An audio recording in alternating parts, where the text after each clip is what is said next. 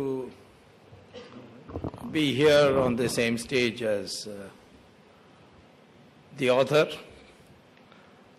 because I've known him for quite some time now. He lives in a lovely house in Princeton, which is the area where the famous University of Princeton is also. His biography was not read out, but let me briefly tell you that he was a senior or a group president, a vice president of a very famous corporation called the ITT. He's an electronics engineer, made a lot of money, and at the young age of 44, I think, he thought that he had made enough money, and he created some trusts so that his wife doesn't get the feeling where the next meal is going to come from, and for his children, and just quit the job, which no one in his right mind would have done at that stage. And therefore, he devoted himself to a cultural renaissance by writing books which are different from what you are being prescribed as textbooks. I've been urging him to write an alternative history of India. I said, one of these days our government will come and we will prescribe it as a text.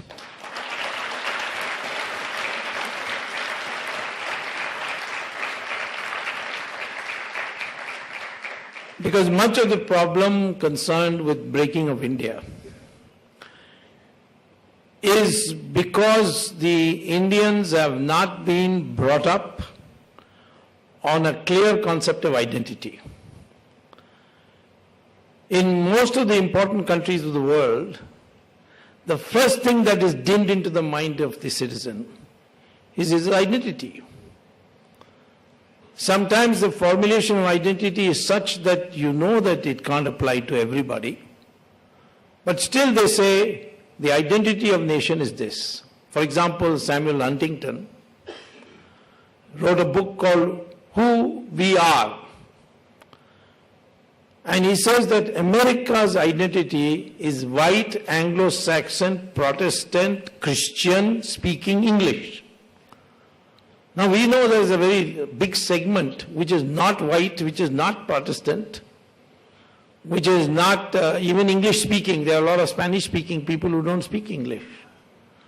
But he argued, and it has been accepted, that that is the identity of America. And it describes the parameters with which Americans are to function. So if I ask an Indian, what is the identity of Indian? After much persuasion, the only answer I get is, I have an Indian passport. That is not an Indian. What about the past? What is your connection with the past? There the problem arises, because if you say your past is the Hindu past, then what about the Muslims and the Christians? How do you fit them in? So I'd like to say that in order to analyze what are the forces breaking India,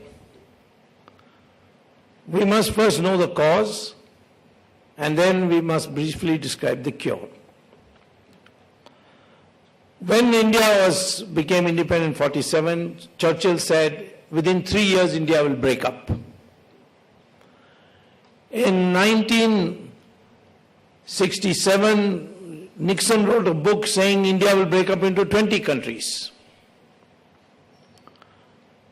The Chinese, whom I know well, and I've been many times to China, they told me in 1962 they were sure that India will break up into several countries after the defeat, because it was an artificial union.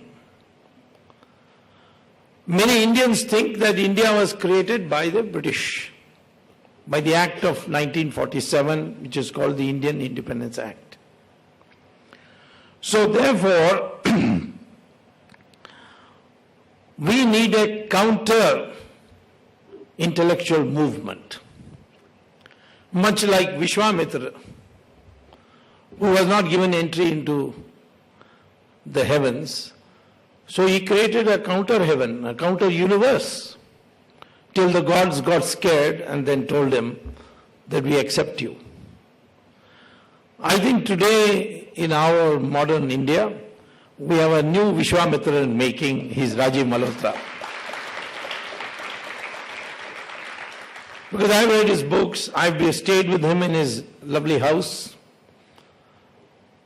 and I find that he's only devoted to this work. He has no other interests. Of course, he's made a lot of money, but he has put that money to good use.